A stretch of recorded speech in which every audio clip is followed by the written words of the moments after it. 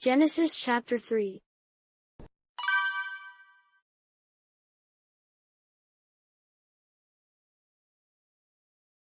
Now the serpent was more subtle than any beast of the field which the Lord God had made.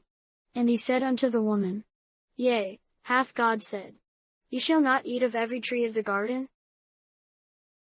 And the woman said unto the serpent, We may eat of the fruit of the trees of the garden.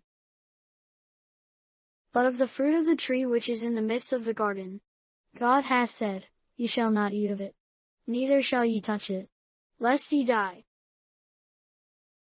And the serpent said unto the woman, Ye shall not surely die.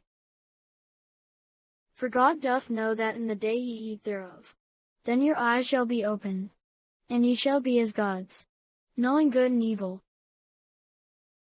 And when the woman saw that the tree was good for food, and that it was pleasant to the eyes, and a tree to be desired to make one wise, she took of the fruit thereof, and did eat, and gave also unto her husband with her, and he did eat. And the eyes of them both were opened, and they knew that they were naked, and they sewed fig leaves together, and made themselves aprons. And they heard the voice of the Lord God walking in the garden in the cool of the day. And Adam and his wife hid themselves from the presence of the Lord God amongst the trees of the garden. And the Lord God called unto Adam, and said unto him, Where art thou?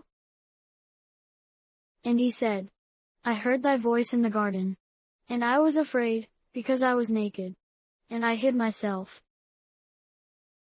And he said, Who told thee that thou wast naked? Hast thou eaten of the tree, whereof I commanded thee that thou shouldest not eat?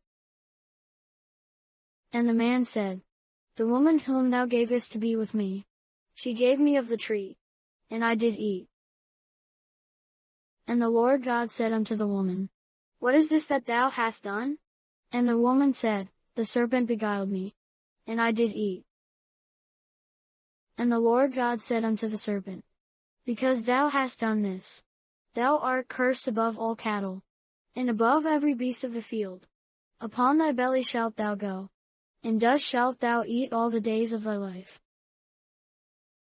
And I will put enmity between thee and the woman, and between thy seed and her seed. It shall bruise thy head, and thou shalt bruise his heel.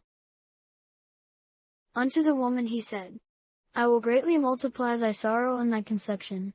In sorrow thou shalt bring forth children, and thy desire shall be to thy husband, and he shall rule over thee. And unto Adam he said, Because thou hast hearkened unto the voice of thy wife, and hast eaten of the tree, of which I commanded thee, saying, Thou shalt not eat of it. Cursed is the ground for thy sake. In sorrow shalt thou eat of it all the days of thy life. Thorns also and thistles shall it bring forth to thee, and thou shalt eat the herb of the field.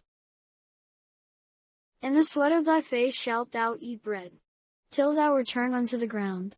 For out of it wast thou taken. For dust thou art, and unto dust shalt thou return. And Adam called his wife's name Eve, because she was the mother of all living.